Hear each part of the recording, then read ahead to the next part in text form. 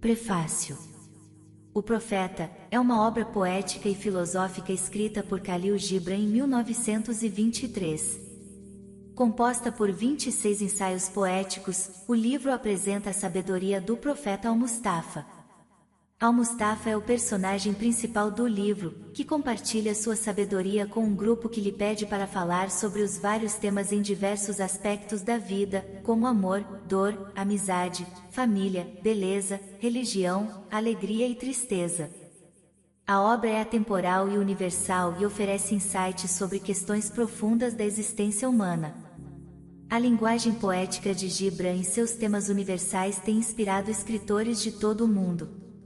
A obra foi traduzida para mais de 50 idiomas e é uma fonte de inspiração para aqueles que se sentem à deriva em um mundo em constante mudança. Além de oferecer capacidade de entender verdades escondidas, especialmente de caráter ou situação, ato ou resultado de alcançar a íntima ou oculta natureza das coisas ou de perceber de forma intuitiva, sobre questões mais profundas da existência humana, o profeta também aborda temas mais práticos como trabalho, lazer e dinheiro. Khalil Gibran nasceu em 6 de janeiro de 1883 em Mshahri, Líbano. Ele era filho de uma família cristã maronita e mostrou desde cedo um talento artístico e amor pela natureza. Em 1895, sua família emigrou para Boston, nos Estados Unidos, onde Gibran recebeu sua primeira educação formal e foi exposto à comunidade artística local.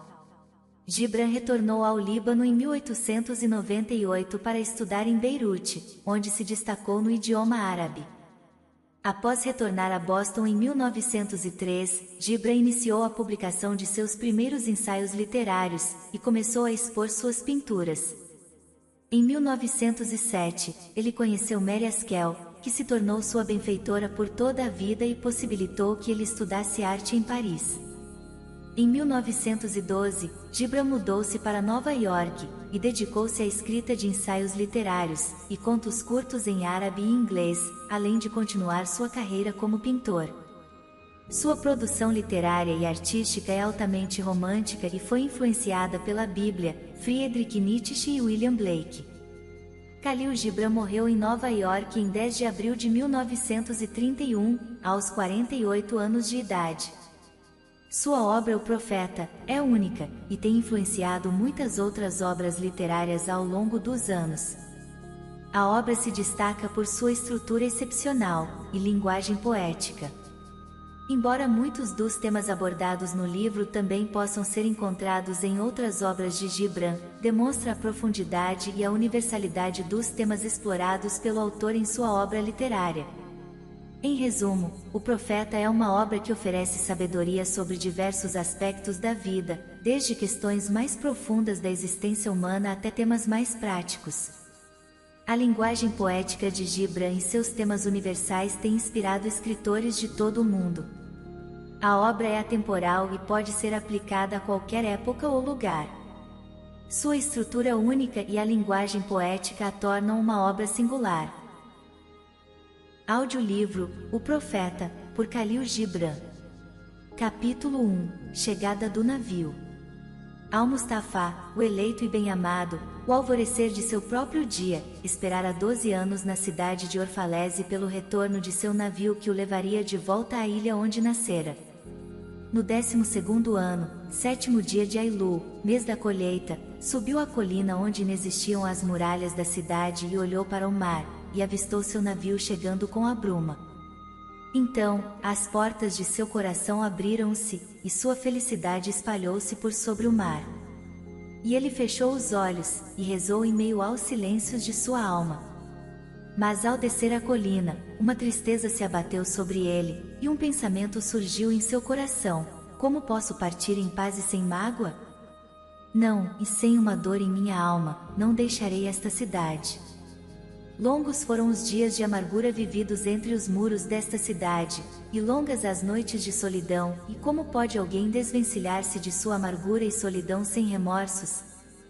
Muitos fragmentos de minha alma espalhei por estas ruas, e muitos são os filhos de minha solidão que andam desnudos por estas colinas, e deles não posso ausentar-me sem um fardo e uma dor.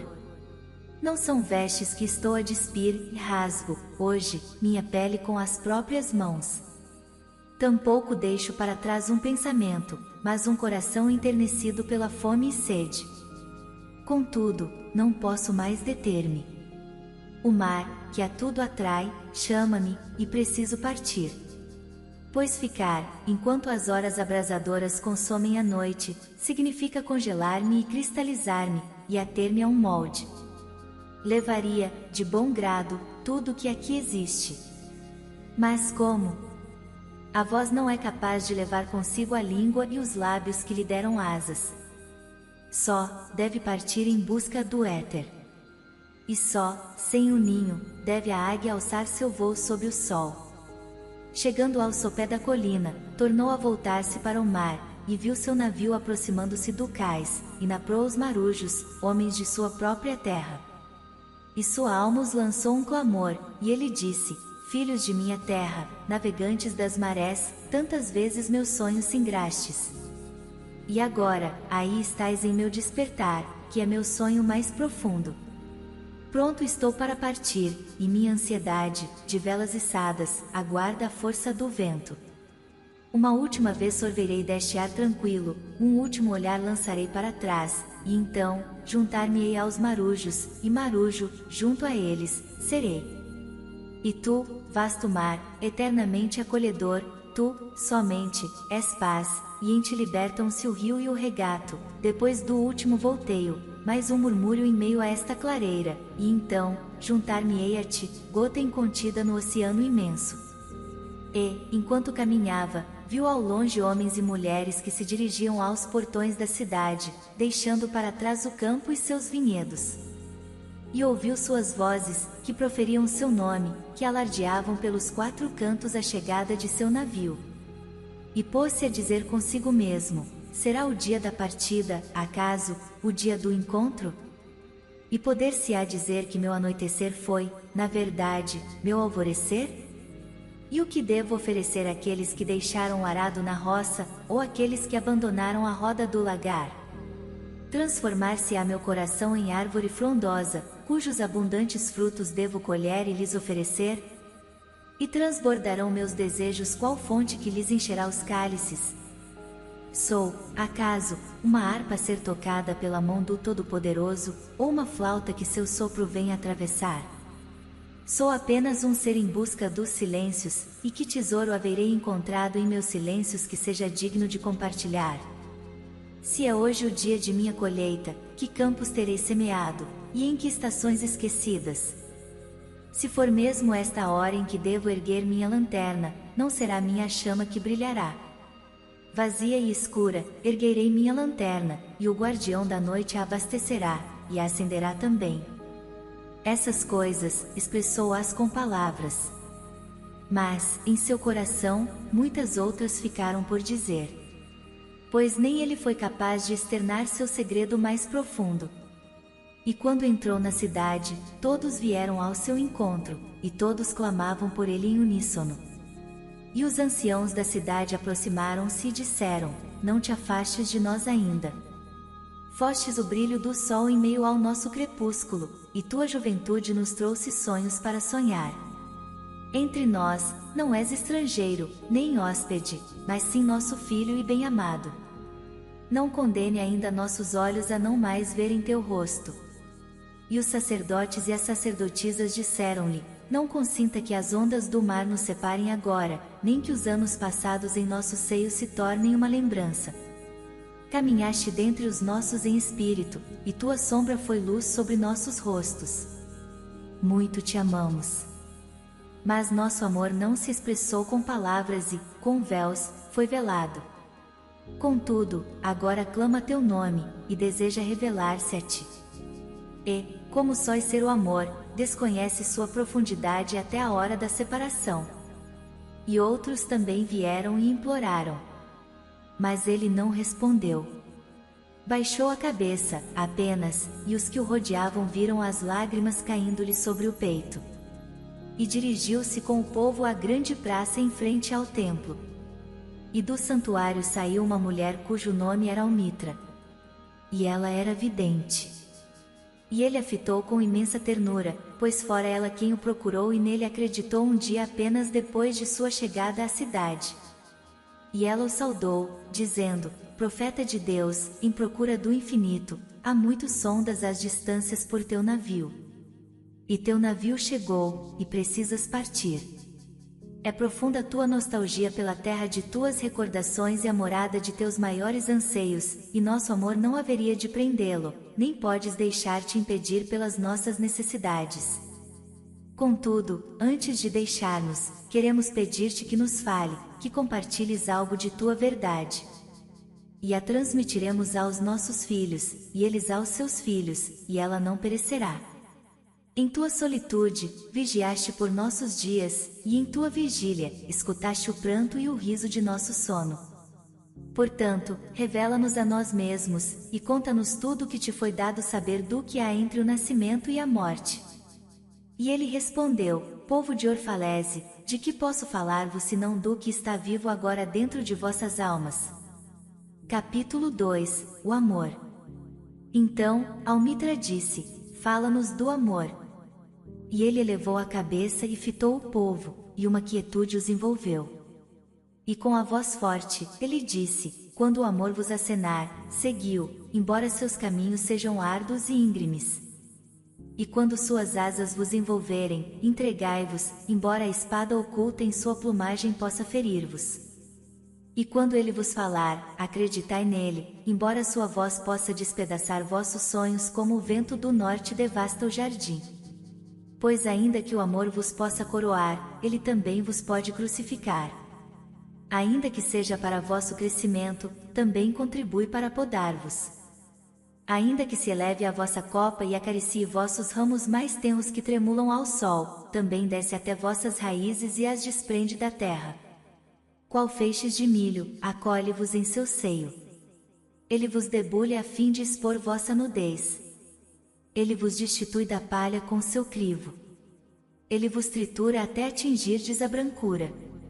Ele vos amassa até que estejais prontos, e então vos submete ao seu fogo sagrado, para que vos transformeis no puríssimo pão do banquete divino.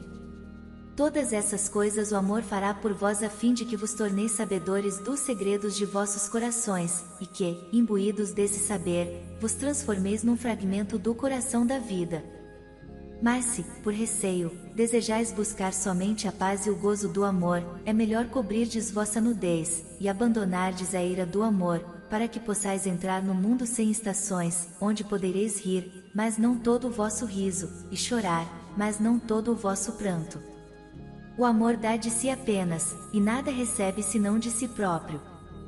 O amor não possui nem quer ser possuído, pois o amor ao amor se basta.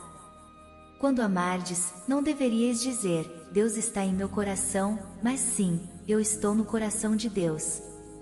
E não pensai que seríeis capazes de determinar seu curso, pois o amor, se considerar-vos dignos, direcionar-vos-á.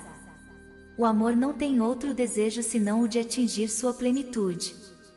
Mas se amardes e necessitardes ter desejos, que sejam estes: o de vos tornardes a corrente de um riacho a entoar seu canto para a noite, o de conhecerdes a dor de tanta ternura, o de serdes feridos por vossa própria compreensão do amor, e sangrardes de bom grado e alegremente, o de despertardes ao alvorecer com o coração alado e agradecerdes por mais um dia de amor, o de repousardes ao meio-dia e meditardes sobre o êxtase do amor, o de retornardes a casa ao anoitecer, plenos de gratidão, e então adormecerdes com uma oração para o bem-amado em vossos corações e uma cantiga de louvor em vossos lábios. Capítulo 3 – O casamento. Então, Almitra tornou a falar e perguntou: E que nos dizes do casamento, mestre? Em resposta, ele disse: Vós nascestes juntos, e juntos permanecereis para sempre. Estareis juntos quando as brancas asas da morte dissiparem vossos dias. Sim, estareis juntos ainda no silêncio da memória divina. Mas que haja espaços em vossa união, e que os ventos do céu passeiem entre vós. Amai-vos um ao outro, mas não façais do amor um grilhão, que as ondas do mar passeiem entre as praias de vossas almas. Enchei o cálice um do outro, mas não bebei do mesmo cálice. Daí de vosso pão um ao outro, mas não comais do mesmo pedaço. Cantai e dançai juntos, e sede alegres, mas deixai cada um de vós estar sozinho, como as cordas do alaúde que, separadas, vibram em harmonia. Daí vossos corações, mas não os confiai um ao outro, pois somente a providência divina pode contê-los. E permanecei juntos, mas não em demasia, pois os pilares do templo erguem-se separados, e o carvalho e o cipreste não crescem à sombra um do outro. Capítulo 4 Filhos. E uma mulher, com um bebê ao colo, disse: Fala-nos de filhos. E ele disse: Vossos filhos não são vossos filhos. São os filhos e as filhas da aspiração divina pela vida. Vêm por vosso intermédio, mas não de vós, e embora estejam convosco, não vos pertencem. Podeis conceder-lhes vosso amor, mas não vossos pensamentos, e pois têm seus próprios. Podeis abrigar seus corpos, mas não suas almas, e pois elas abrigam-se no amanhã, que não podeis visitar nem mesmo em sonho. Podeis esforçar-vos por ser como eles, mas não procureis torná-los iguais a vós, e pois a vida não segue para trás nem se retarda com o ontem. Sois os arcos com os quais vossos filhos são lançados qual setas vivas. O arqueiro aponta na direção do infinito, e vos curva com sua força para que suas flechas sejam lançadas, rápidas e certeiras, para bem longe. Ao deixar-se encurvar pelas mãos de o arqueiro, sede felizes, e pois assim como ele ama a seta que voa, ama também o arco que é estável. Capítulo 5 Doações. Então um homem rico disse: Fala-nos das doações. E ele respondeu: Vós pouco dais quando doais vossas posses. Apenas quando doais de vós próprios é que dais, realmente. Pois o que são vossas posses senão coisas que guardais por temerdes necessitá-las amanhã? E o amanhã, o que traz o amanhã para o cão prevenido que enterra ossos a esmo nas areias enquanto segue os peregrinos a caminho da cidade sagrada? E o que é o temor da necessidade senão a própria necessidade? Não seria o temor da sede, quando o vosso poço está cheio, a sede insaciável? Aos que dão pouco do muito que têm, e fazem-no em troca de reconhecimento e seu desejo oculto desmerece suas dádivas. E aos que pouco têm e tudo dão. São aqueles que acreditam na vida e na sua generosidade, e seus alforjes nunca estão vazios. Aos que dão de bom grado, e essa alegria é sua recompensa. E aos que dão com pena, e essa pena é seu batismo. E aos que dão e não sentem pena ao fazê-lo, tampouco buscam alegria, ou virtude, dão como a murta do vale exala seu aroma no ar. Através de suas mãos, Deus fala, e, em seus olhos, ele sorri para o mundo. É bom dar quando solicitado, mas é melhor dar quando se compreende aquilo que não foi solicitado, e para os generosos, procurar por alguém disposto a receber é alegria maior do que a própria doação. Existirá algo que vós não deveis dar? Tudo o que possuís algum dia será dado, portanto, daí agora, para que a época da dádiva seja vossa e não de vossos herdeiros. Dizeis muitas vezes: eu daria, mas apenas a quem merece. As árvores em vossos jardins não dizem tal coisa, tampouco os rebanhos em vossos pastos. Dão para que possam viver, pois guardar significa perecer. Pois quem merece receber seus dias e suas noites é também digno de tudo que vem de vós. E aquele que mereceu beber do oceano da vida merece encher seu cálice em vosso pequeno riacho. E que mérito maior haverá além da coragem e confiança, mais ainda, da caridade de receber? E quem sois vós a quem os homens precisem abrir seu íntimo e desnudar seu orgulho a fim de que possais enxergar seu mérito revelado e seu amor próprio destemido? Cuidai, primeiramente, para que mereçais doar e ser da doação um instrumento. Pois na verdade é a vida que dá para a vida, enquanto vós, que vos considerais doadores, sois meras testemunhas. E aqueles que recebeis, e vós todos recebeis, não tomai para si o ônus da gratidão, pois estareis subjugando a vós próprios e ao doador.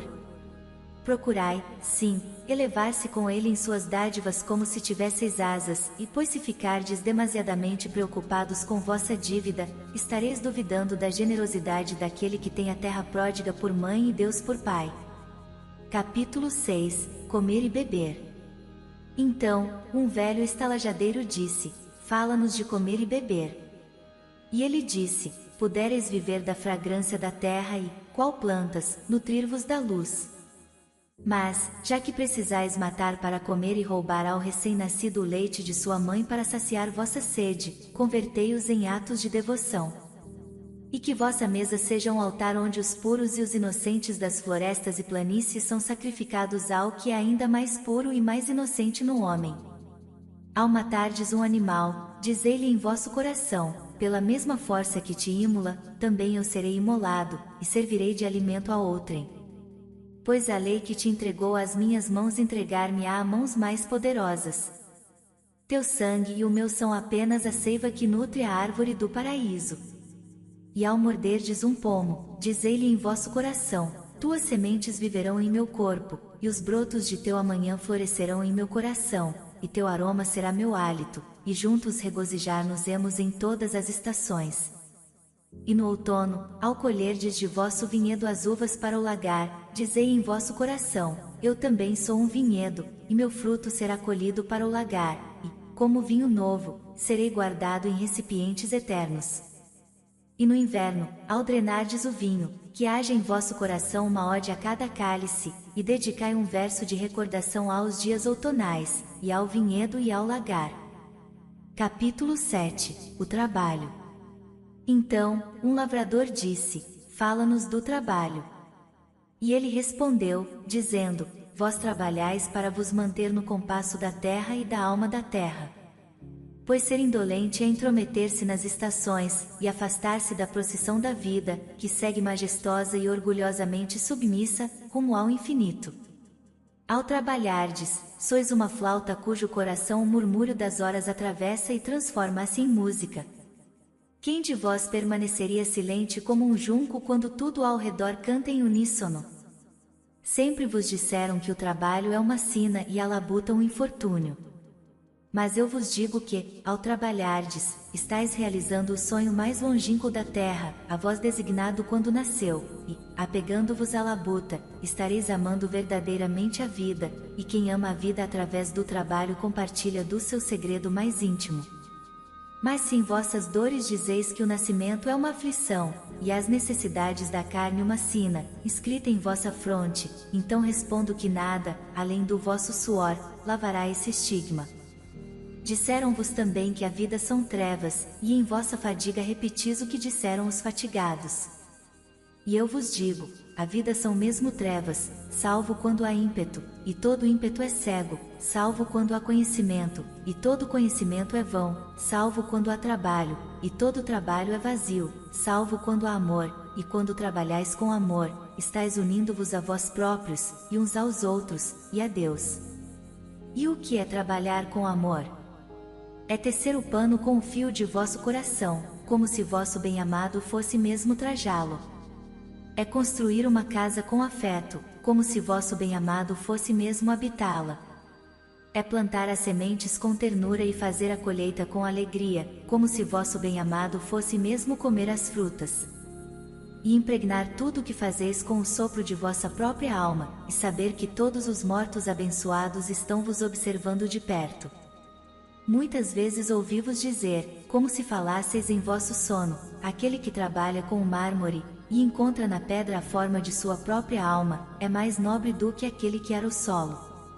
E aquele que toma o arco-íris para estendê-lo sobre a tela à semelhança do homem é mais do que aquele que faz sandálias para calçar nossos pés.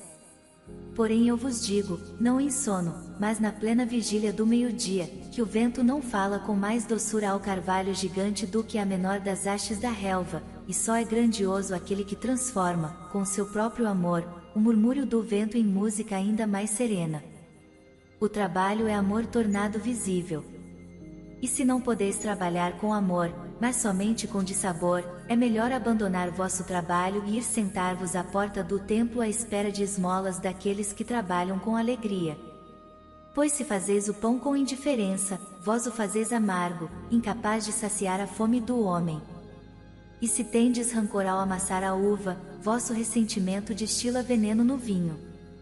E ainda que canteis como anjos, mas não amais vosso canto, impedis que o homem ouça as vozes do dia e da noite. Capítulo 8 – Alegria e tristeza. Então, uma mulher disse: fala-nos de alegria e tristeza. E ele respondeu: vossa alegria é vossa tristeza desmascarada. E o mesmo poço de onde brota vosso riso, muitas vezes esteve cheio de vossas lágrimas. E como pode ser de outra forma? Quanto mais profundas as marcas da tristeza em vosso ser, maior alegria podereis conter. Acaso não seria o cálice onde verteis vosso vinho o mesmo que foi cozido no forno do oleiro? E não seria o alaúde que acalma vosso espírito a própria madeira que foi entalhada à faca? Quando estiverdes alegres, olhai para o fundo de vossos corações e vereis que exatamente aquilo que vos causou tristeza é o que vos está causando alegria.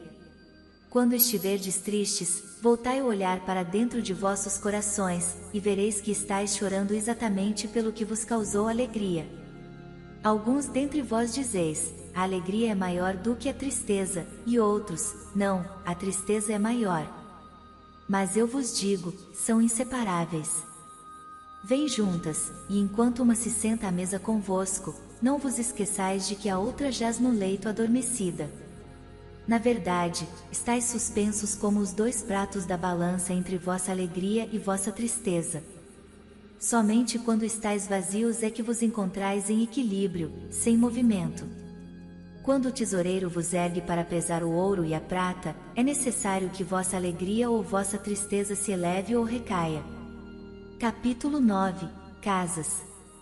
Então, um pedreiro aproximou-se e disse: fala-nos das casas. E ele respondeu, dizendo: construí em vossa imaginação um abrigo distante da cidade antes de construirdes uma habitação dentro dela. Pois tal como regressais à vossa casa ao cair da noite, assim o faz vosso ser errante, eternamente distante e solitário. Vossa casa é a extensão de vosso corpo. Cresce ao sol e dorme na quietude da noite, e não deixa de sonhar. Pois não sonha vossa casa? E, sonhando, deixa a cidade e vai para o bosque ou para a colina. Pudera eu recolher vossas casas e, qual semeador, espalhá-las nas florestas e campinas.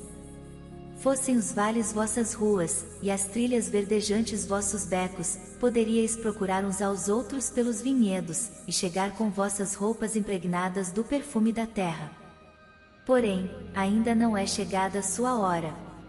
Temerosos, vossos antepassados vos situaram demasiadamente perto uns dos outros.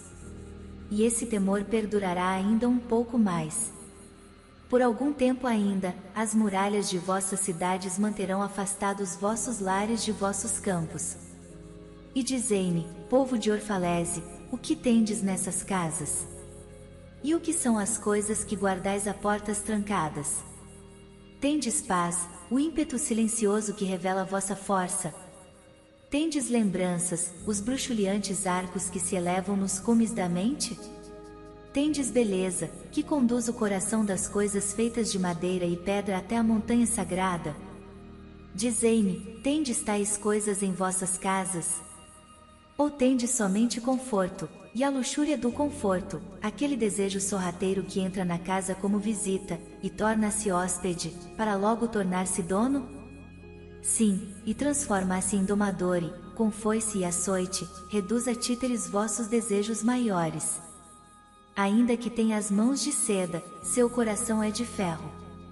Esse desejo embala-vos o sono apenas para poder zombar de perto da dignidade de vosso corpo.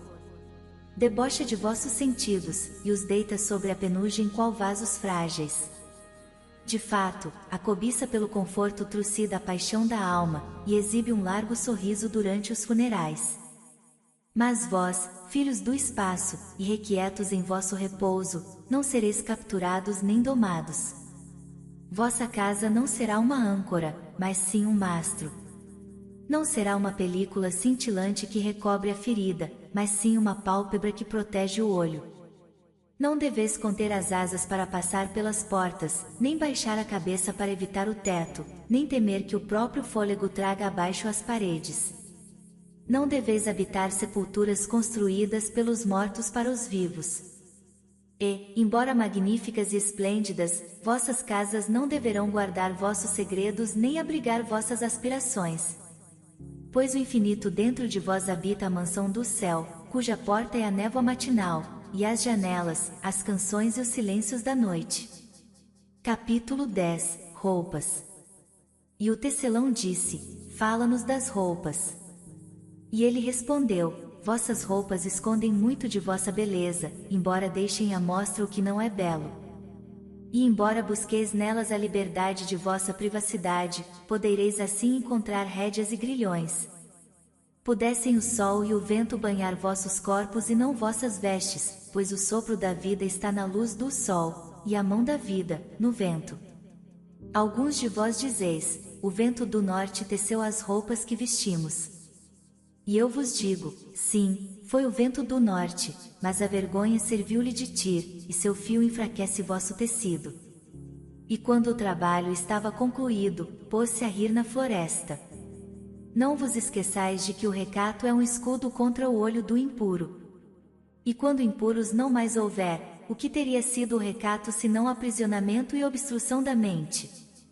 E não vos esqueçais: a terra se regozija ao sentir vossos pés descalços e o vento adora soprar vossos cabelos.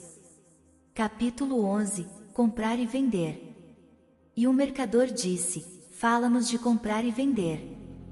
E ele respondeu, dizendo: A terra vos entrega seu fruto, e vós não o desejareis se não souberdes como tomá-lo em vossas mãos. É trocando as dádivas da terra que encontrareis abundância e ficareis satisfeitos. Contudo, se não for trocar de amor e justiça benigna, conduzirá alguns à ganância e outros à fome. Quando estiverdes no mercado, vós, os trabalhadores do mar e dos campos e dos vinhedos, e encontrardes os tecelões e os oleiros e os colhedores de especiarias, invocai o Espírito Mestre da terra a fim de que se junte a vós e santifique as balanças e os ajustes de contas entre os valores. E não aceitai aqueles que nada trazem nas mãos para participar das transações, pois venderiam suas palavras em troca de vosso trabalho. A tais homens, dizei: Vinde conosco ao campo, ou ide com nossos irmãos lançar vossa rede ao mar, pois a terra e o mar serão generosos convosco assim como são conosco. E se chegarem os cantores e os dançarinos e os flautistas, comprai o que vos oferecerem. Pois eles também colhem frutos e incensos, e aquilo que trazem, embora feito de sonhos, é roupagem e alimento para a vossa alma. E antes de sairdes do mercado, verificai se ninguém saiu de mãos vazias. Pois o Espírito Mestre da terra não dormirá em paz sobre o vento até que as necessidades do mais humilde dentre vós estejam atendidas. Capítulo 12 – Crime e castigo. Então um dos juízes da cidade aproximou-se e disse: Fala-nos de crime e castigo. E ele respondeu, dizendo: Quando vossas almas vagueiam sobre o vento, vós, sós e desprotegidos, errais perante o próximo e perante vós próprios. E por tal erro cometido, deveis bater à porta dos abençoados e aguardar um pouco até que sejais atendidos. Como o oceano, assim é vosso eu divino, permanece eternamente impoluto. E, como o éter, eleva apenas os seres alados. Da mesma forma que o sol, assim é vosso eu divino, desconhece as tocas da toupeira, tampouco busca o covil da serpente. Mas vosso eu divino não está sozinho em vós. Em grande parte, ainda sois homem, e, contudo, ainda não sois homem. Sois sim, um pigmeu informe que vagueia sonâmbulo nas brumas, procurando o próprio despertar. É do homem existente em vós que eu gostaria de falar agora. Pois é ele, e não vosso eu divino, nem o pigmeu nas brumas, que conhece o crime e o castigo. Frequentemente ouço-vos falar de alguém que cometera um erro como se esse alguém não fosse um de vós, mas um forasteiro imiscuído entre vós e um intruso no mundo. Mas eu vos digo que assim como o sagrado e o justo não podem elevar-se além do que há de mais elevado em cada um de vós, tampouco o perverso e o fraco são capazes de pecado inferior ao mais vil que também existe em vós. E assim como a folha não amarelece sem o consentimento silente da árvore, tampouco o malfeitor é capaz de cometer um erro sem o desejo oculto de todos vós. Como uma procissão, caminhais juntos em direção ao vosso eu divino. Vós sois o caminho e os caminhantes.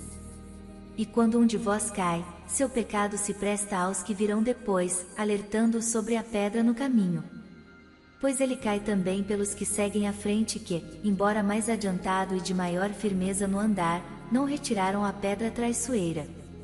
E mais ainda, embora a palavra cale fundo em vossos corações, a vítima não está isenta de participação em seu próprio assassinato, e quem foi roubado não se despe de culpa por ter sido vitimado. O justo não é inocente face aos feitos do perverso, e os que trazem as mãos limpas não são puros face à delinquência do malfeitor. Sim, o agressor é, frequentemente, vítima do agredido, e, mais frequentemente ainda, o condenado carrega o fardo dos inocentes e dos que não têm culpa. Não podeis separar o justo do injusto e o bom do mal, pois eles andam juntos sob o sol, assim como juntos são tecidos o fio negro e o branco. E quando se parte o fio negro, o tecelão precisa cuidar do pano inteiro, e examinar também o tir. Se um de vós desejar levar a julgamento a esposa infiel, que pese também o coração do marido, e haja medida para sua alma. E deve o carrasco do agressor cuidar do espírito do ofendido. E se um de vós desejar punir em nome da justiça, e com o machado abaterdes a árvore do mal, cuidai de suas raízes, e, de fato, encontrareis as raízes do bem e do mal, do frutífero e do infrutífero, todas entrelaçadas no silencioso coração da terra. E vós, juízes, que desejais ser justos, que julgamento proferiríeis àquele que, embora honesto em seus atos, é ladrão em espírito? E que punição atribuiríeis àquele que abate a carne e, contudo, é abatido em espírito? E como condenaríeis aquele que é impostor e opressor, mas é, contudo, molestado e ultrajado? E como puniríeis aquele cujo remorso já é mais vultoso do que seus feitos? Não seria o remorso a justiça aplicada pela mesma lei que vós, de bom grado, acataríeis? Contudo, não podeis incuti-lo no inocente, tampouco retirá-lo do coração do culpado. Inesperadamente, ele chega em meio à noite, para que os homens possam despertar e olhar para si próprios. E vós, que desejais compreender a justiça, como fazê-lo sem observar todos os fatos sob luz plena? Só então sabereis que o imaculado e o pecaminoso são um homem apenas, entre a noite de seu eu pigmeu e o dia de seu eu divino, e que a pedra angular do templo não se eleva acima da pedra subterrânea de suas fundações. Capítulo 13, Leis. Então, o magistrado disse: E que dizes a respeito de nossas leis, mestre? E ele respondeu: Vós apreciais estabelecer leis, contudo, vos deliciais ao violá-las. Qual crianças que brincam na praia construindo castelos de areia para logo destruí-los em meio a risos. Mas enquanto construís vossos castelos, o mar traz mais areia até a praia, e quando os destruís, ele sorri convosco. Na verdade, o mar sempre ri com os inocentes. Mas, e aqueles para quem a vida não é um mar, e as leis dos homens não são castelos de areia, para quem a vida é uma rocha, e a lei um cinzel com o qual gostariam de entalhá-la à sua própria imagem? Que dizer do aleijado que odeia dançarinos? E do que ama seu jugo e considera o alce e os servos simples vadios e desgarrados da floresta? E que dizer da velha serpente incapaz de mudar a própria pele, e que chama aos outros desnudos e desavergonhados? E daquele que chega cedo para o banquete de casamento e, depois de saciado e cansado, vai-se embora chamando o festim de violação e os convivas de infratores? O que dizer deles, salvo que também estão sob a luz do sol, embora voltem-lhe as costas? Enxergam somente a própria sombra, e dela fazem suas leis. E, para eles, o que faz o sol se não projetar as sombras? E o que é reconhecer as leis se não baixar-se e traçar suas sombras sobre a terra? Mas vós, que caminheis com a mirada ao sol, que imagens projetadas na terra vos podem deter? Para vós, que caminheis com o vento, qual a veleta capaz de orientar-vos o rumo? Que lei humana poderá deter-vos se quebrardes vosso jugo, mas não aquele das prisões mundanas?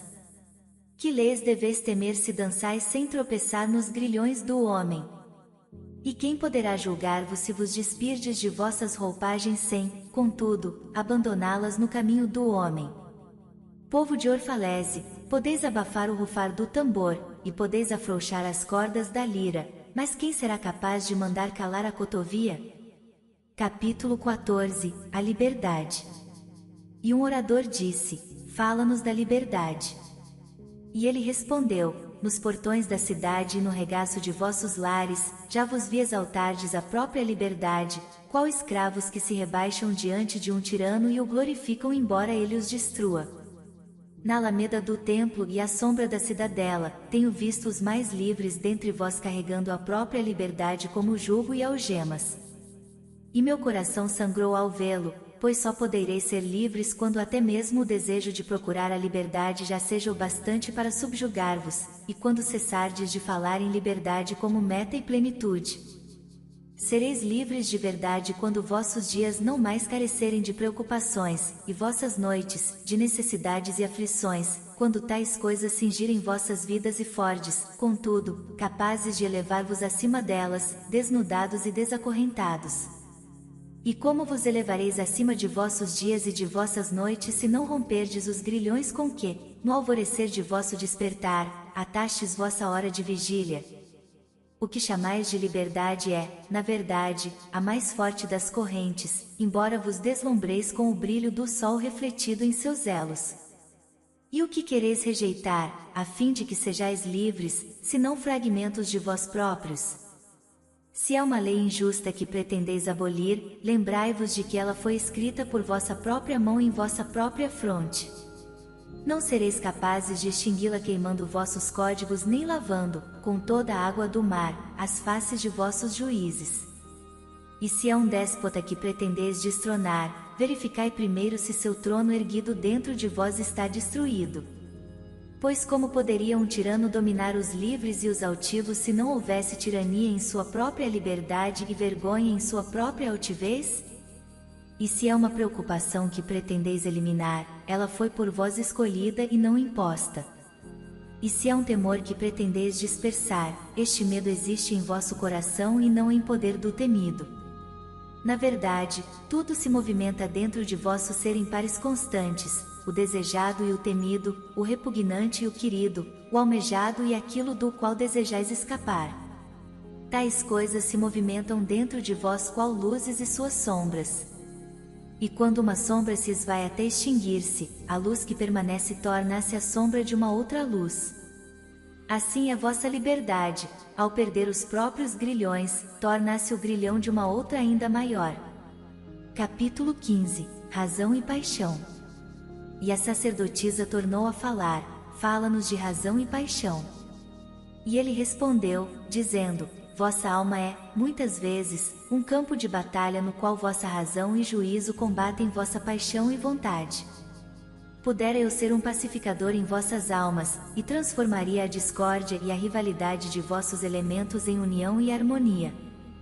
Mas como poderia, a menos que vós próprios também pacificasseis vossos elementos, mais do que isso, deles vos enamorasseis? Vossa razão e vossa paixão são o leme e as velas de vossa alma navegante. Se vossas velas ou vosso leme quebrassem, só poderíeis seguir à deriva, ou permanecer imóveis em alto mar. Pois a razão, quando impera, é força confinadora, e a paixão, descomedida, é chama que arde até se extinguir. Deixai, portanto, vossa alma elevar vossa razão às raias da paixão, para que cante, e deixai-a conduzir vossa paixão a par com a razão, a fim de que a paixão possa experimentar uma ressurreição a cada novo dia e, como a fênix, renascer das próprias cinzas. Considerai vosso juízo e vossa vontade como a dois hóspedes queridos em vossa casa. De certo não tereis preferência dentre eles, e pois aquele que assim os distinguir perderá o amor e a confiança de ambos. Nas colinas, sentados à sombra dos álamos, na paz e serenidade dos longínquos campos e pradarias, deixai que vossos corações digam em silêncio: Deus repousa na razão. E quando sobrevier a tempestade, e os fortes ventos soprarem sobre a floresta, e o trovão e o relâmpago proclamarem a majestade do céu, deixai que vossos corações digam em admiração: Deus age com paixão. E como sois um sopro na esfera divina, e uma folha em sua floresta, deveis também repousar na razão e agir com paixão. Capítulo 16. A dor. E uma mulher falou: conta-nos sobre a dor. E ele disse: vossa dor é o rompimento do invólucro que encerra vossa compreensão.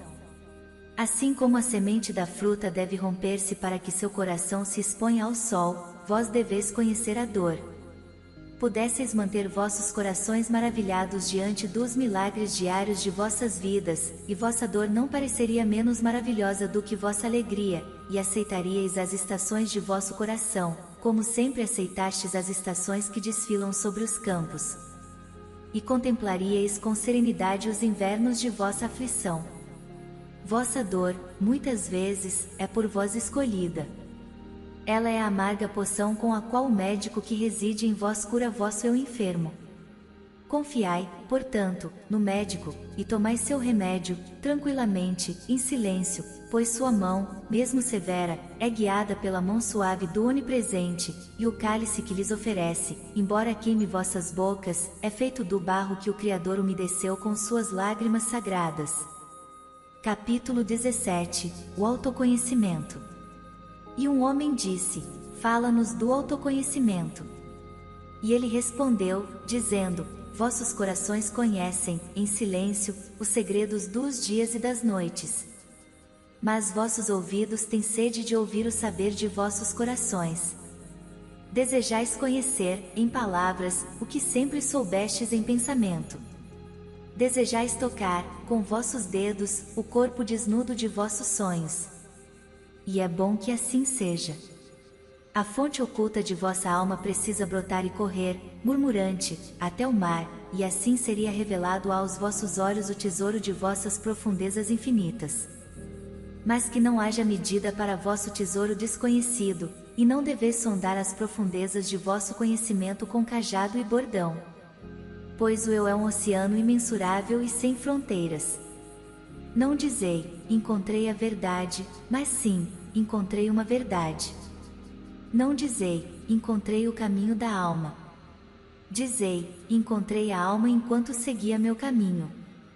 Pois a alma segue todos os caminhos. A alma não caminha sobre uma linha, nem cresce como um junco. A alma desdobra-se, como um lótus de inúmeras pétalas. Capítulo 18. O ensino. Então, um professor falou: fala-nos do ensino. E ele disse: nenhum homem pode revelar-vos o que não esteja semi-adormecido no alvorecer de vosso conhecimento. O mestre que caminha nas sombras do templo, entre seus seguidores, não doa de sua sabedoria, mas sim de sua fé e de sua ternura. Se for realmente sábio, não vos convidará a entrar na mansão de seu saber, mas sim vos conduzirá ao limiar de vossa própria mente. O astrônomo pode falar-vos de seu conhecimento do espaço, mas não poderá passar-vos sua compreensão. O músico pode cantar o ritmo que existe em todo o espaço, mas não pode conceder-vos o ouvido que capta a melodia nem a voz que a reproduz. E quem detém ciência dos números pode vos contar sobre as regiões dos pesos e medidas, mas não pode vos conduzir até lá. Pois a visão de um homem não empresta suas asas a outro homem. E assim como cada um de vós está isolado na consciência de Deus, cada um deve vivenciar seu conhecimento de Deus e ter sua compreensão do mundo. O ensino então, um professor falou: fala-nos do ensino. E ele disse: nenhum homem pode revelar-vos o que não esteja semi-adormecido no alvorecer de vosso conhecimento. O mestre que caminha nas sombras do templo, entre seus seguidores, não doa de sua sabedoria, mas sim de sua fé e de sua ternura. Se for realmente sábio, não vos convidará a entrar na mansão de seu saber, mas sim vos conduzirá ao limiar de vossa própria mente. O astrônomo pode falar-vos de seu conhecimento do espaço, mas não poderá passar-vos sua compreensão. O músico pode cantar o ritmo que existe em todo o espaço, mas não pode conceder-vos o ouvido que capta a melodia nem a voz que a reproduz.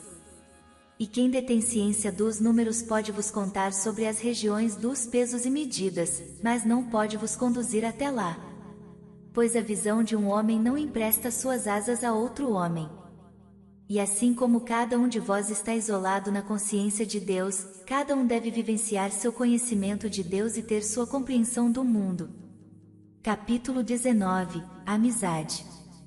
E um jovem disse: fala-nos da amizade. E ele respondeu, dizendo: vosso amigo é a resposta a vossas necessidades. Ele é vosso campo, que semeais com amor e colheis com gratidão. E ele é vossa mesa e vossa lareira. Pois ides a ele com vossa fome, e buscais nele vossa paz. Quando vosso amigo vos fala com sinceridade, não temeis pensar que não, nem vos furtais a dizer que sim. E quando ele se cala, vosso coração não deixa de ouvir o seu, e pois na amizade, os pensamentos, os ideais e as expectativas nascem e são compartilhados, sem palavras, em silenciosa alegria. Quando vos separais de vosso amigo, não vos afligis, e pois o que há mais nele pode evidenciar-se na sua ausência, como a montanha, para o alpinista, é mais evidente da planície. E que não haja propósito na amizade, salvo o aprofundamento do espírito. Pois o amor que busca algo mais do que a revelação de seu próprio mistério não é amor, e sim uma rede armada, e só o inaproveitável é apanhado. E que o melhor de vós seja para vosso amigo. Se ele deve conhecer o refluxo de vossa maré, que conheça também o fluxo. Pois que amigo é esse que só o procurais a fim de matar o tempo? Procurai-o sempre para viver o tempo. Pois cabe-lhe satisfazer vossa necessidade, mas não preencher vosso vazio.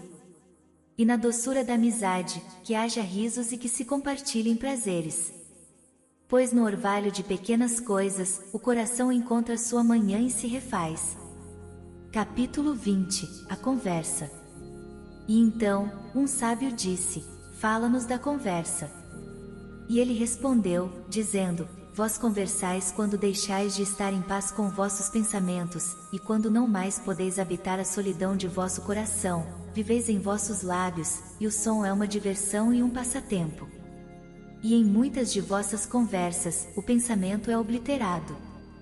Pois ele é um pássaro livre que, confinado a palavras, pode até abrir as asas, mas é incapaz de voar. Há, dentre vós, os que buscam conversar por medo de ficarem sós. A quietude da solidão revela aos seus olhos seu eu desnudo, e preferem esquivar-se. E aos que conversam e, sem conhecimento ou preocupação, revelam uma verdade que eles próprios não compreendem. E aos que têm consigo a verdade, mas não a expressam com palavras. No íntimo destes habita a alma em silêncio rítmico.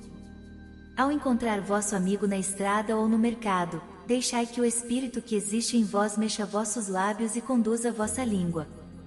Deixai que a voz dentro de vossa voz fale para o ouvido dentro de seu ouvido, pois sua alma guardará o segredo de vosso coração, como o sabor do vinho é lembrado, quando a cor é esquecida e o cálice não existe mais. Capítulo 21 – O tempo. E um astrônomo disse: mestre, o que nos dizes do tempo? E ele respondeu: desejaríeis medir o tempo, o ilimitado e imensurável.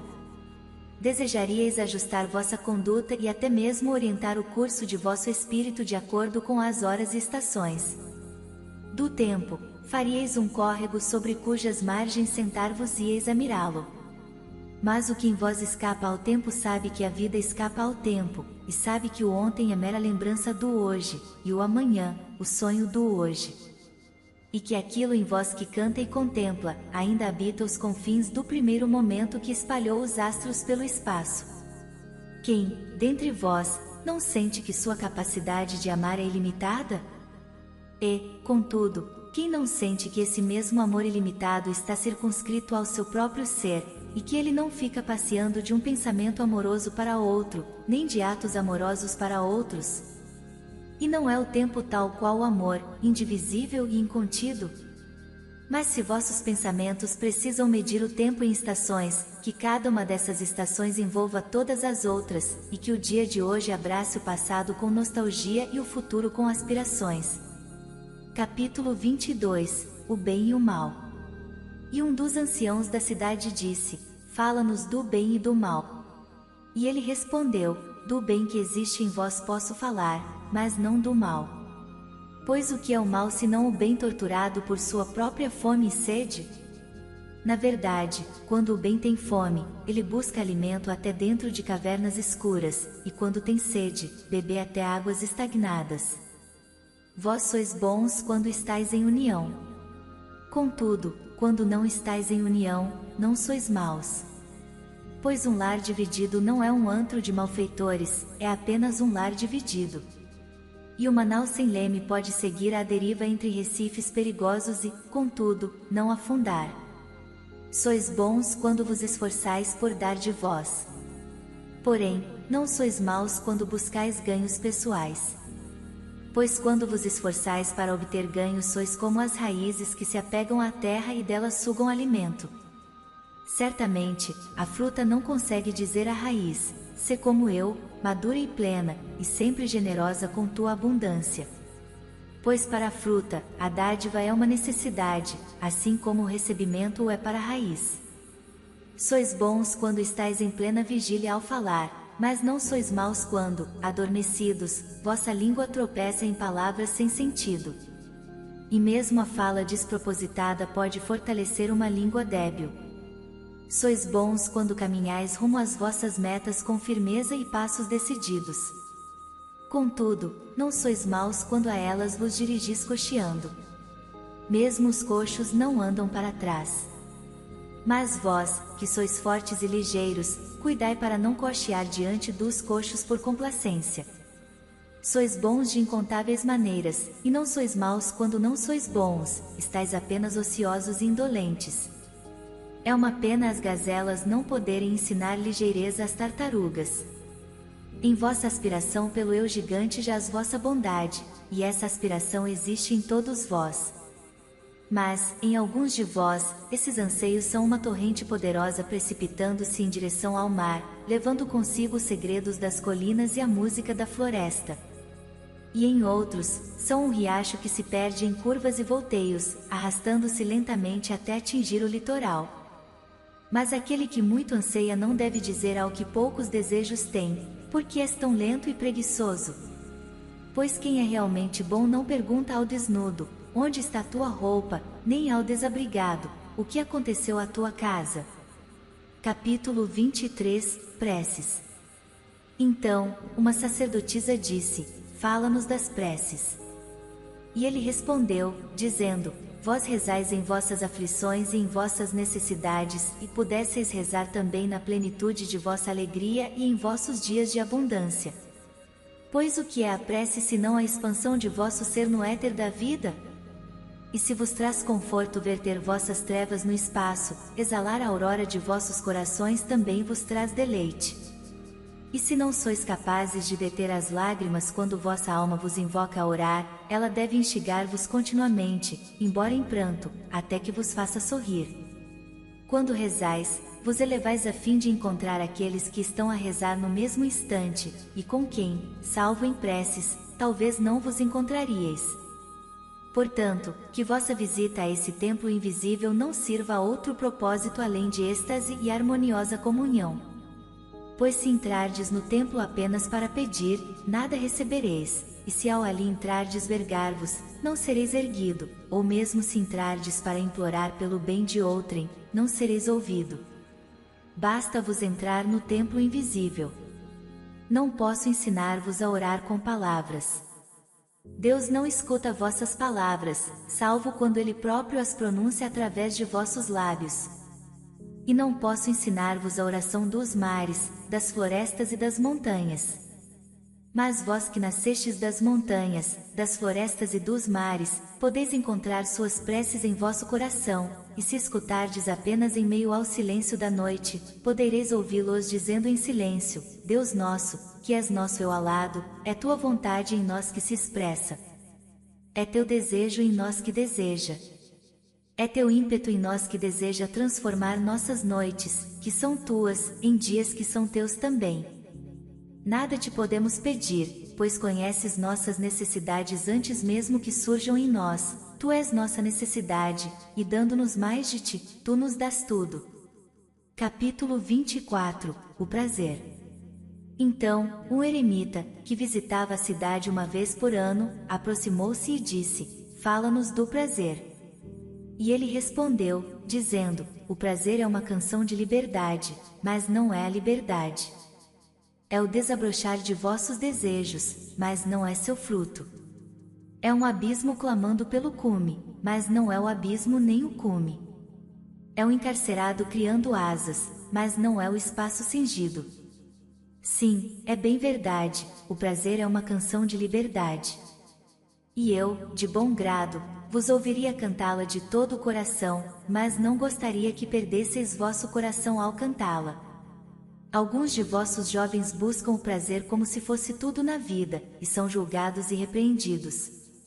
Eu preferiria nem julgá-los, nem repreendê-los, mas deixá-los procurar. Pois eles encontrarão o prazer, mas não apenas o prazer. 7 são suas irmãs, e a última dentre elas é mais bela que o prazer.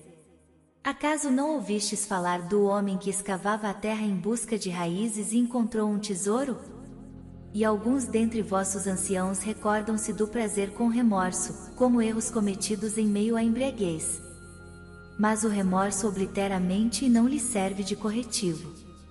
Eles deveriam recordar-se de seu prazer com gratidão, como se recordariam da colheita do verão. Contudo, se o remorso os conforta, que sejam confortados. E há entre vós aqueles que não são jovens para procurá-lo nem velhos para recordar, e em meio ao temor da procura e da recordação, abstêm-se de todos os prazeres, a fim de não negligenciarem o espírito, nem ofendê-lo. Mas até em sua abstenção reside seu prazer. E assim eles também encontram um tesouro embora escavem raízes com mãos trêmulas. Mas, dizei-me, quem é capaz de ofender o espírito? O rouxinol ofende a quietude da noite, ou o pirilampo, as estrelas? E vossa chama ou fumaça sobrecarrega o vento? Acaso pensais que o espírito seja água parada que se pode agitar com uma vareta? Muitas vezes, ao renunciardes ao prazer, conseguis somente represar o desejo nas entranhas de vosso ser. Quem sabe aquilo que se omite hoje pode estar apenas aguardando pelo amanhã. Vosso próprio corpo conhece seu legado e seus direitos, e não se deixará enganar. E vosso corpo é a harpa de vossa alma, e cabe a voz deles tirar doce melodia ou ruídos dissonantes. E agora perguntais em vosso coração: como havemos de distinguir o que é bom no prazer daquilo que não é? Ide a vossos campos e vossos jardins, e aprendereis que o prazer da abelha é colher o mel da flor, mas que também o prazer da flor é conceder o mel à abelha. Pois para a abelha, a flor é a fonte da vida, e para a flor, a abelha é mensageira do amor, e para ambas, abelha e flor, dar e receber prazer é uma necessidade e um êxtase. Povo de Orfalese, sejam vossos prazeres, como as flores e as abelhas. Capítulo 25. A beleza. E um poeta disse: fala-nos da beleza. E ele respondeu: onde devereis buscar a beleza, e como sabereis encontrá-la se não for ela própria vosso caminho e vosso guia? E como falareis dela se não for ela própria a arquiteta de vosso discurso? Os aflitos e os feridos dizem: a beleza é boa e gentil. Como uma jovem mãe meio acanhada de sua própria glória, ela caminha entre nós. E os apaixonados dizem: não, a beleza é poderosa e temerosa. Como a tempestade, ela abala a terra sob nossos pés e o céu sobre nossas cabeças. Os que estão cansados e desgastados dizem: a beleza sussurra baixinho. Ela fala ao nosso espírito. Sua voz cede aos nossos silêncios como uma luz tênue que tremula com medo da sombra. Mas o irrequieto diz: nós a ouvimos gritando atrás das montanhas, e com seus gritos chegaram um tropel de cavalos, um bater de asas e o rugir de leões. À noite, os guardas da cidade dizem: a beleza surgirá ao leste com a aurora. E ao meio-dia, os camponeses e os navegantes dizem: nós a vimos se debruçando sobre a terra, das janelas do poente. No inverno, os prisioneiros da neve dizem: ela virá com a primavera, saltitando sobre as colinas. E no calor do verão, os trabalhadores da colheita dizem: nós a vimos dançando com as folhas do outono, e vimos um floco de neve em seu cabelo. Tudo isso dissestes da beleza, contudo, não falastes dela mais de necessidades por satisfazer, e a beleza não é uma necessidade, mas sim, um êxtase. Não é uma boca sedenta nem uma mão vazia que se estende, mas sim, um coração em chamas e uma alma embevecida. Não é uma imagem que desejais ver nem uma canção que desejais ouvir, mas sim, uma imagem que enxergais, ainda que de olhos fechados, e uma canção que ouvis, ainda que de ouvidos tapados. Não é a seiva no tronco talhado da árvore, nem uma asa nas garras da ave de rapina, mas sim, um jardim sempre florido e anjos em voo eterno. Povo de Orfalese, a beleza é a vida, quando esta revela sua face sagrada. Mas sois a vida e sois o véu. A beleza é a eternidade mirando-se num espelho. Mas vós sois a eternidade e vós sois o espelho. Capítulo 26, a religião.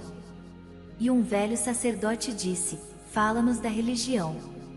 E ele disse: terei falado hoje sobre algo além disso? Não é a religião todas as nossas ações e reflexões, e aquilo que não é ação nem reflexão, mas sim maravilha e surpresa brotando sempre na alma, mesmo quando as mãos talham a pedra e manejam o tir? Quem é capaz de separar sua fé de suas ações, ou sua crença de seus afazeres?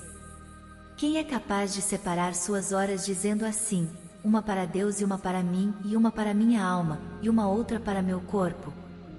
Todas as vossas horas são asas adejando pelo espaço, de um eu para outro. Aquele que ostenta sua moral como suas melhores roupas estaria melhor desnudo. O vento e o sol não abrirão feridas em sua pele. E aquele que define sua conduta pela ética aprisiona seu pássaro cantor numa gaiola. A canção mais livre não atravessa grades e cercas. E aquele para quem a veneração é uma janela, que pode ser aberta mas também fechada, ainda não visitou o santuário de sua alma cujas janelas estão sempre abertas de uma aurora a outra. Vossa vida diária é vosso templo e vossa religião. Ao entrardes, levai convosco vossa totalidade. Levai o arado, a forja, o malho e o alaúde, aquilo que fizestes por necessidade ou encanto. Pois em vossos devaneios não podeis elevar-vos acima de vossas realizações nem cair abaixo de vossos fracassos. E levai convosco todos os homens, pois em vossa adoração não podeis elevar-vos acima de suas esperanças nem rebaixar-vos além de seu desespero. E se desejais conhecer a Deus, não vos transformai, portanto, em decifrador de enigmas. Olhai em redor e o vereis a brincar com vossos filhos.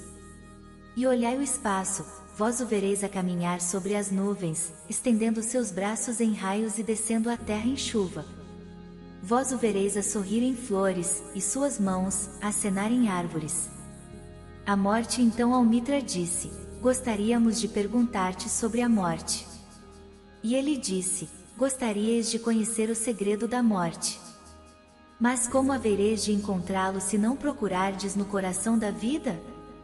A coruja, cujos olhos afeitos à noite são cegos ao dia, é incapaz de descortinar o mistério da luz. Se realmente desejais contemplar o espírito da morte, franqueai as portas de vosso coração para o corpo da vida. Pois a vida e a morte são uma coisa só, assim como o rio e o mar.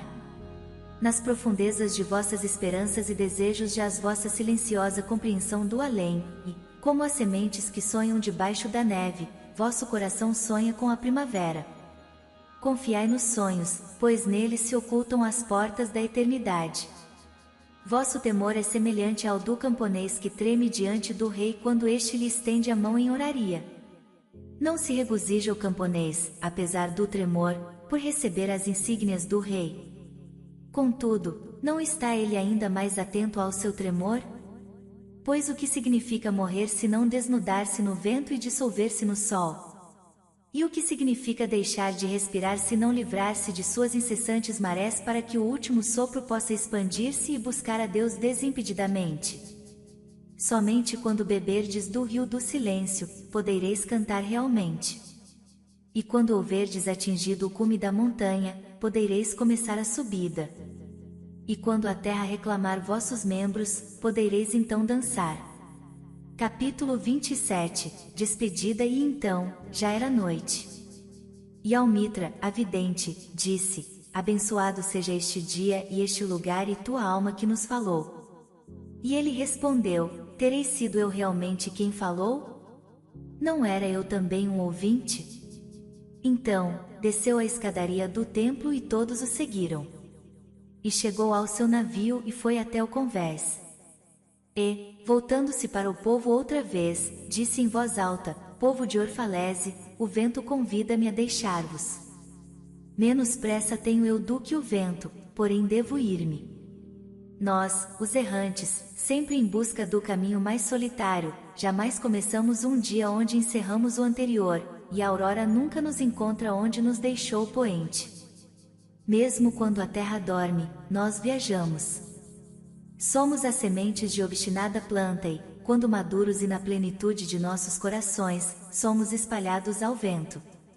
Breves foram meus dias dentre vós, e mais breves ainda minhas palavras. Mas se minha voz desvanecer-se em vossos ouvidos, e meu amor esvair-se em vossa lembrança, então eu tornarei, e, com o coração mais fecundo e os lábios mais obedientes à voz do Espírito, falarei.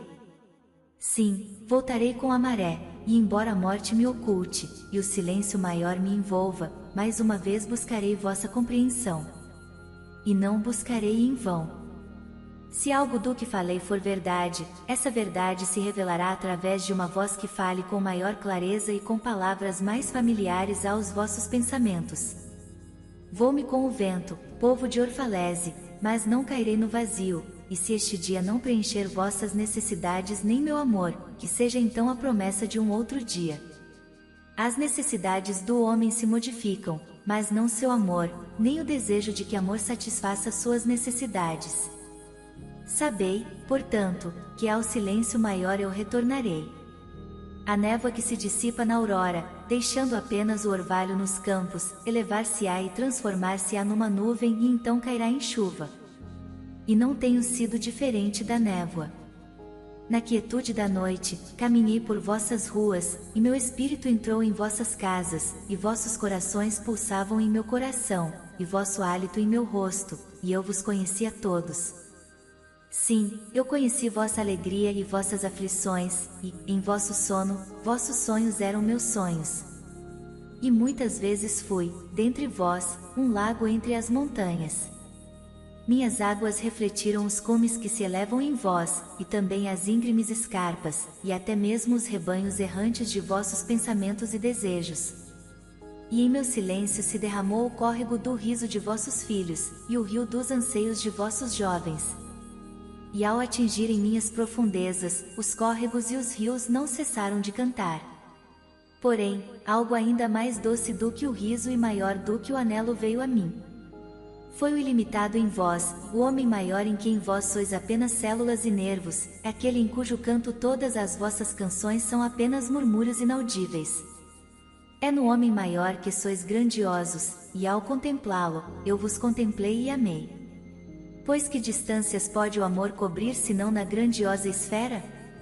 Que visões, que expectativas e que presunções podem alçar-se acima desse voo? Qual carvalho gigante recoberto de flores de macieira, assim é o homem grandioso em vós. Sua força vos atém à terra, seu perfume vos eleva ao espaço, e em sua permanência vós sois imortais. Vós ouvistes dizer que, qual uma corrente, sois débeis como vosso elo mais frágil. Isso é apenas metade da verdade. Vós sois também fortes como vosso elo mais forte. Medir-vos através de vossos feitos menores é avaliar a força do oceano pela fragilidade de sua espuma.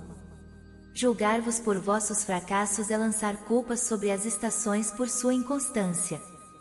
Sim, vós sois como um oceano, e embora haja navios encalhados em vossas costas à espera da maré, qual o oceano, não podeis acelerar seu fluxo. E sois também como as estações, e embora em vosso inverno rejeiteis vossa primavera, a primavera, repousando dentro de vós, sorri sonolenta e não se ofende.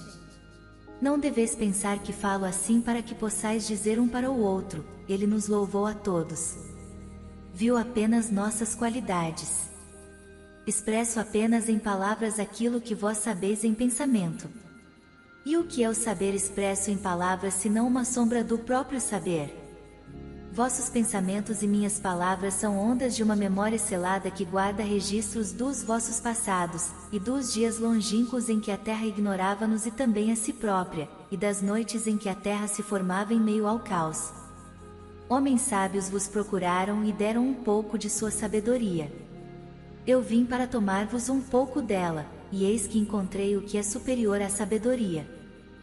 É a chama do Espírito em vós que cresce continuamente, enquanto vós, desconhecendo sua expansão, chorais o crepúsculo de vossos dias. É a vida em busca da vida em corpos que temem a própria morte. Não há sepulturas aqui. Essas montanhas e planícies são berços e alpondras. Ao passarem pelo campo onde jazem vossos antepassados, olhai bem, e vereis a vós próprios e a vossos filhos dançando de mãos dadas. De fato, muitas vezes regozijai-vos sem sabê-lo. Outros vos procuraram, a quem destes, por ricas promessas nas quais depositastes vossa fé, somente riqueza, poder e glória. Menos do que uma promessa eu vos dei, contudo, fostes comigo ainda mais generosos. Destes-me uma sede mais profunda de viver. Certamente, não existe oferenda maior para um homem do que aquela que transforma todas as suas metas em lábios ressequidos e toda a vida em manancial. E nisso consiste minha honra e minha recompensa, sempre que venho beber da fonte, encontro a água viva e sedenta, e ela sorve a mim enquanto eu a ela. Alguns dentre vós têm me considerado orgulhoso e retraído demais por recusar presentes. Orgulhoso demais eu sou, sim, para receber pagamento, mas não presentes.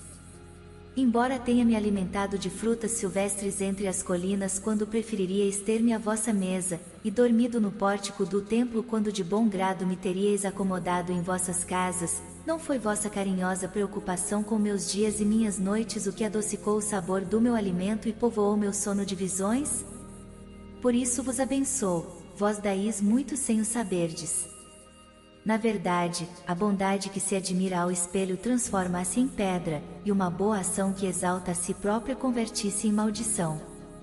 E alguns dentre vós me acharam distante, embriagado em minha própria solidão, e dissestes, ele reúne-se com as árvores da floresta, mas não com os homens. Senta-se solitário sobre as colinas e, do alto, deita os olhos sobre nossa cidade. É verdade que subi as colinas e caminhei por lugares distantes. Como poderia ter-vos visto senão de uma boa altura ou de uma grande distância? Como pode alguém estar realmente próximo se não estiver distante? E alguns dentre vós me chamaram, mas não com palavras, e disseram, forasteiro, forasteiro, amante das inacessíveis alturas, por que habitas os cumes onde as águias fazem seus ninhos? Por que buscas o inatingível? Que tormentas colhes em tua rede, e que aves etéreas caças no céu? Vem e sê um dos nossos. Desce e alivia tua fome com nosso pão e sacia tua sede com nosso vinho. Na solidão de suas almas, disseram essas coisas, e fosse mais profunda sua solidão e saberiam que eu buscava apenas o segredo de vossa alegria e de vossa aflição, e eu caçava apenas vosso eu grandioso que habita o céu. Mas o caçador era também caçado, pois muitas de minhas flechas partiram de meu arco em busca de meu próprio peito. E aquele que adejava nas alturas também se arrastava pelo chão, e pois quando minhas asas se abriam ao sol, a sombra projetada sobre a terra era uma tartaruga. E eu, que acreditava, também duvidava, pois muitas vezes coloquei o dedo em minha própria ferida para fortalecer minha crença em vós e melhor conhecer-vos. E é com essa crença e esse conhecimento que vos digo, não estáis enclausurados em vossos corpos, nem confinados a casas ou campos. O que sois realmente reside acima da montanha e segue ao sabor do vento. Não é algo que sai ao sol em busca de calor ou escava a terra à procura de segurança na escuridão, mas sim, algo livre, um espírito que envolve a terra e vive no éter. Se estas palavras forem vagas, então não buscai esclarecê-las. Vago e nebuloso é o início de todas as coisas, mas não seu fim, e muito me agradaria que vos recordasseis de mim como um início. A vida e todos os seres vivos são concebidos na névoa e não no cristal.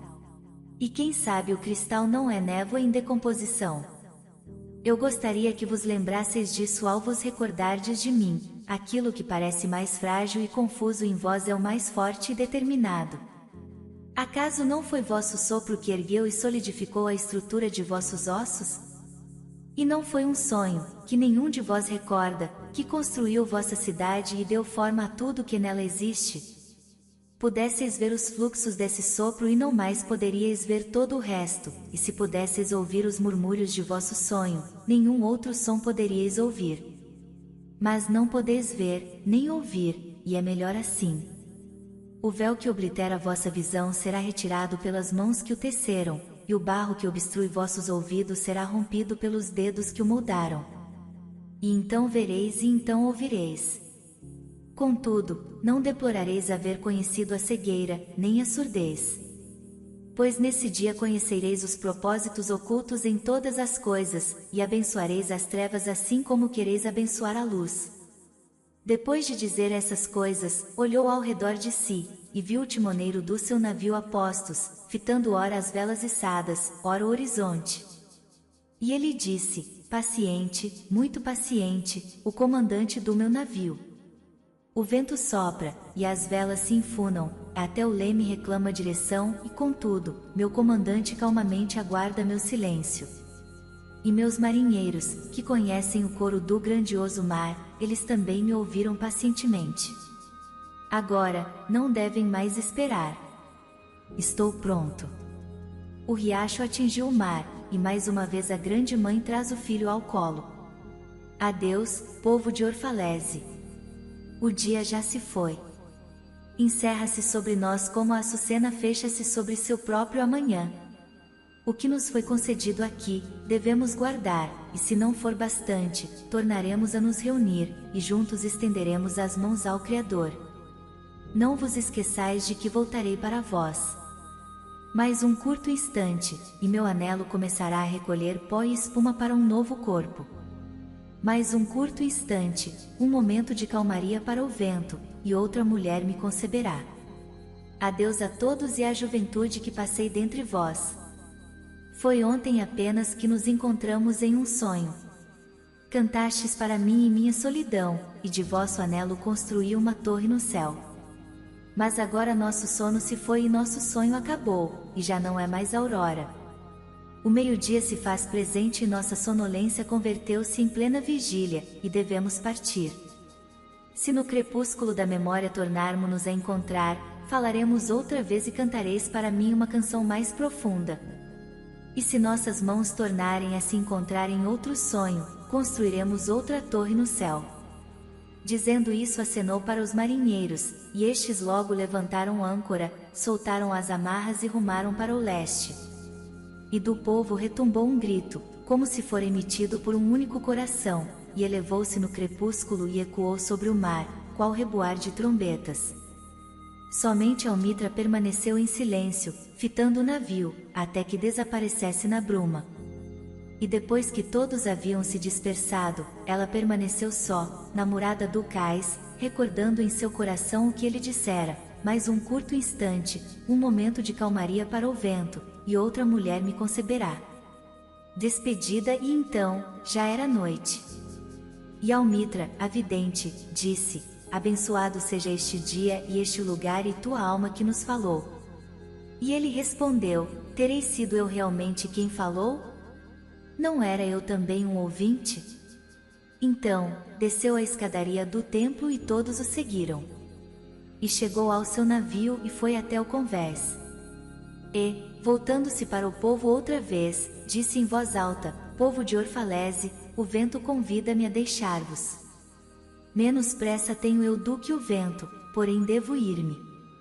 Nós, os errantes, sempre em busca do caminho mais solitário, jamais começamos um dia onde encerramos o anterior, e a aurora nunca nos encontra onde nos deixou o poente.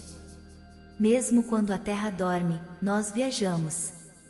Somos as sementes de obstinada planta e, quando maduros e na plenitude de nossos corações, somos espalhados ao vento. Breves foram meus dias dentre vós, e mais breves ainda minhas palavras. Mas se minha voz desvanecer-se em vossos ouvidos, e meu amor esvair-se em vossa lembrança, então eu tornarei, e, com o coração mais fecundo e os lábios mais obedientes à voz do Espírito, falarei. Sim, voltarei com a maré, e embora a morte me oculte, e o silêncio maior me envolva, mais uma vez buscarei vossa compreensão. E não buscarei em vão. Se algo do que falei for verdade, essa verdade se revelará através de uma voz que fale com maior clareza e com palavras mais familiares aos vossos pensamentos.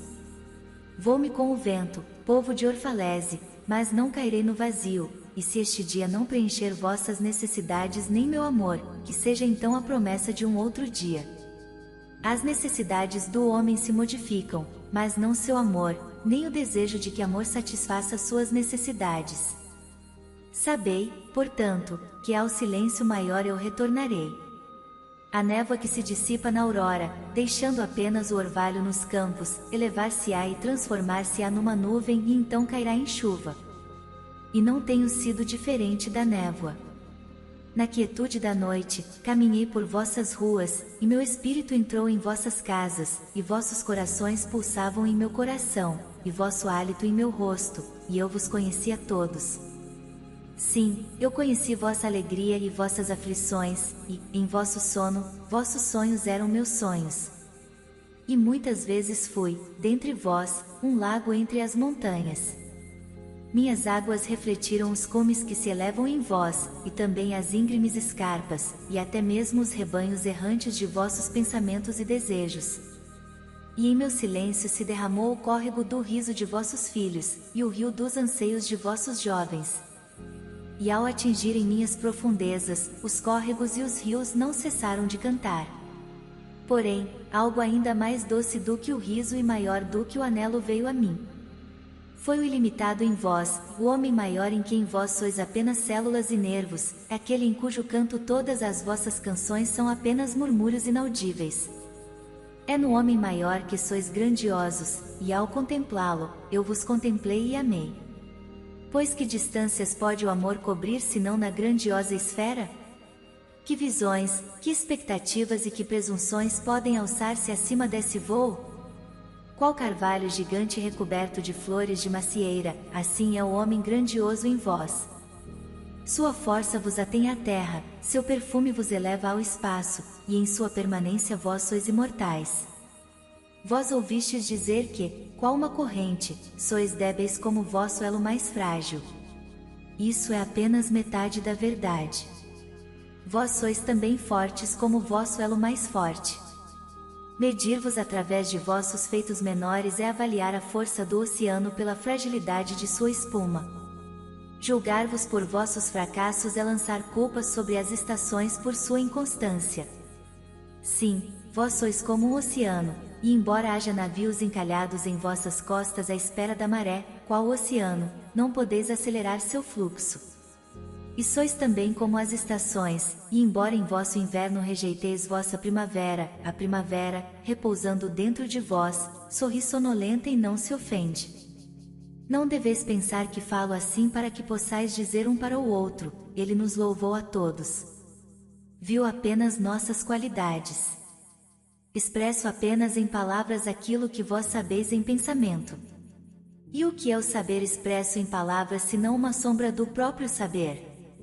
Vossos pensamentos e minhas palavras são ondas de uma memória selada que guarda registros dos vossos passados, e dos dias longínquos em que a terra ignorava-nos e também a si própria, e das noites em que a terra se formava em meio ao caos.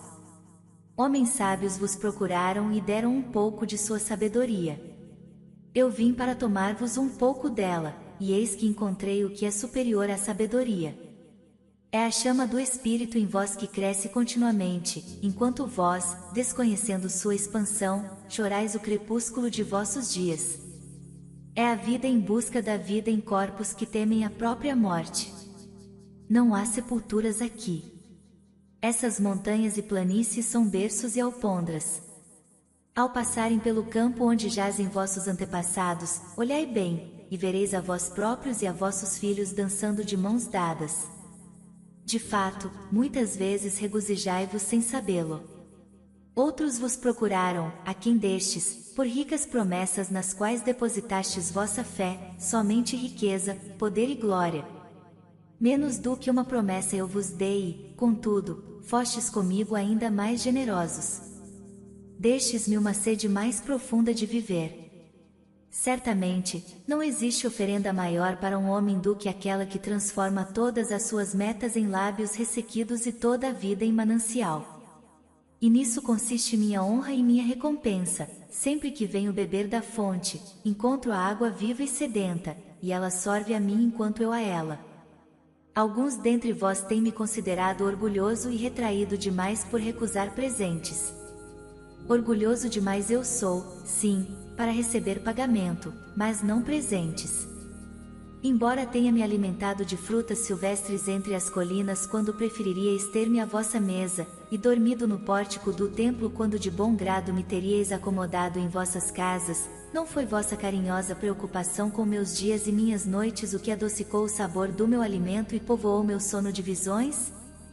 Por isso vos abençoo, vós dais muito sem o saberdes. Na verdade, a bondade que se admira ao espelho transforma-se em pedra, e uma boa ação que exalta a si própria converte-se em maldição. E alguns dentre vós me acharam distante, embriagado em minha própria solidão, e dissestes, ele reúne-se com as árvores da floresta, mas não com os homens. Senta-se solitário sobre as colinas e, do alto, deita os olhos sobre nossa cidade. É verdade que subi as colinas e caminhei por lugares distantes. Como poderia ter-vos visto senão de uma boa altura ou de uma grande distância? Como pode alguém estar realmente próximo se não estiver distante? E alguns dentre vós me chamaram, mas não com palavras, e disseram, forasteiro, forasteiro, amante das inacessíveis alturas, por que habitas os cumes onde as águias fazem seus ninhos? Por que buscas o inatingível? Que tormentas colhes em tua rede, e que aves etéreas caças no céu? Vem e sê um dos nossos. Desce e alivia tua fome com nosso pão e sacia tua sede com nosso vinho. Na solidão de suas almas, disseram essas coisas, e fosse mais profunda sua solidão e saberiam que eu buscava apenas o segredo de vossa alegria e de vossa aflição, e eu caçava apenas vosso eu grandioso que habita o céu. Mas o caçador era também caçado, pois muitas de minhas flechas partiram de meu arco em busca de meu próprio peito. E aquele que adejava nas alturas também se arrastava pelo chão, e pois quando minhas asas se abriam ao sol, a sombra projetada sobre a terra era uma tartaruga. E eu, que acreditava, também duvidava, pois muitas vezes coloquei o dedo em minha própria ferida para fortalecer minha crença em vós e melhor conhecer-vos. E é com essa crença e esse conhecimento que vos digo, não estáis enclausurados em vossos corpos, nem confinados a casas ou campos. O que sois realmente reside acima da montanha e segue ao sabor do vento. Não é algo que sai ao sol em busca de calor ou escava a terra à procura de segurança na escuridão, mas sim, algo livre, um espírito que envolve a terra e vive no éter. Se estas palavras forem vagas, então não buscai esclarecê-las. Vago e nebuloso é o início de todas as coisas, mas não seu fim, e muito me agradaria que vos recordasseis de mim como um início. A vida e todos os seres vivos são concebidos na névoa e não no cristal. E quem sabe o cristal não é névoa em decomposição. Eu gostaria que vos lembrasseis disso ao vos recordardes de mim. Aquilo que parece mais frágil e confuso em vós é o mais forte e determinado. Acaso não foi vosso sopro que ergueu e solidificou a estrutura de vossos ossos? E não foi um sonho, que nenhum de vós recorda, que construiu vossa cidade e deu forma a tudo que nela existe? Pudesseis ver os fluxos desse sopro e não mais poderíeis ver todo o resto, e se pudesseis ouvir os murmúrios de vosso sonho, nenhum outro som poderíeis ouvir. Mas não podeis ver, nem ouvir, e é melhor assim. O véu que oblitera vossa visão será retirado pelas mãos que o teceram, e o barro que obstrui vossos ouvidos será rompido pelos dedos que o moldaram. E então vereis e então ouvireis. Contudo, não deplorareis haver conhecido a cegueira, nem a surdez. Pois nesse dia conhecereis os propósitos ocultos em todas as coisas, e abençoareis as trevas assim como quereis abençoar a luz. Depois de dizer essas coisas, olhou ao redor de si, e viu o timoneiro do seu navio a postos, fitando ora as velas içadas, ora o horizonte. E ele disse: paciente, muito paciente, o comandante do meu navio. O vento sopra, e as velas se enfunam, até o leme reclama direção, e contudo, meu comandante calmamente aguarda meu silêncio. E meus marinheiros, que conhecem o coro do grandioso mar, eles também me ouviram pacientemente. Agora, não devem mais esperar. Estou pronto. O riacho atingiu o mar, e mais uma vez a grande mãe traz o filho ao colo. Adeus, povo de Orfalese. O dia já se foi. Encerra-se sobre nós como a açucena fecha-se sobre seu próprio amanhã. O que nos foi concedido aqui, devemos guardar, e se não for bastante, tornaremos a nos reunir, e juntos estenderemos as mãos ao Criador. Não vos esqueçais de que voltarei para vós. Mais um curto instante, e meu anelo começará a recolher pó e espuma para um novo corpo. Mais um curto instante, um momento de calmaria para o vento, e outra mulher me conceberá. Adeus a todos e à juventude que passei dentre vós. Foi ontem apenas que nos encontramos em um sonho. Cantastes para mim em minha solidão, e de vosso anelo construí uma torre no céu. Mas agora nosso sono se foi e nosso sonho acabou, e já não é mais aurora. O meio-dia se faz presente e nossa sonolência converteu-se em plena vigília, e devemos partir. Se no crepúsculo da memória tornarmos-nos a encontrar, falaremos outra vez e cantareis para mim uma canção mais profunda. E se nossas mãos tornarem a se encontrar em outro sonho, construiremos outra torre no céu. Dizendo isso acenou para os marinheiros, e estes logo levantaram âncora, soltaram as amarras e rumaram para o leste.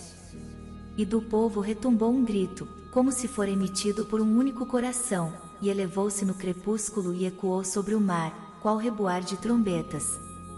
Somente Almitra permaneceu em silêncio, fitando o navio, até que desaparecesse na bruma. E depois que todos haviam se dispersado, ela permaneceu só, na murada do cais, recordando em seu coração o que ele dissera: mais um curto instante, um momento de calmaria para o vento, e outra mulher me conceberá.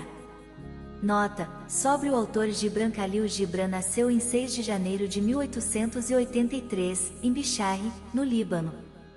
Em 1895 sua família emigrou para os Estados Unidos, estabelecendo-se na comunidade libanesa de Boston, Massachusetts.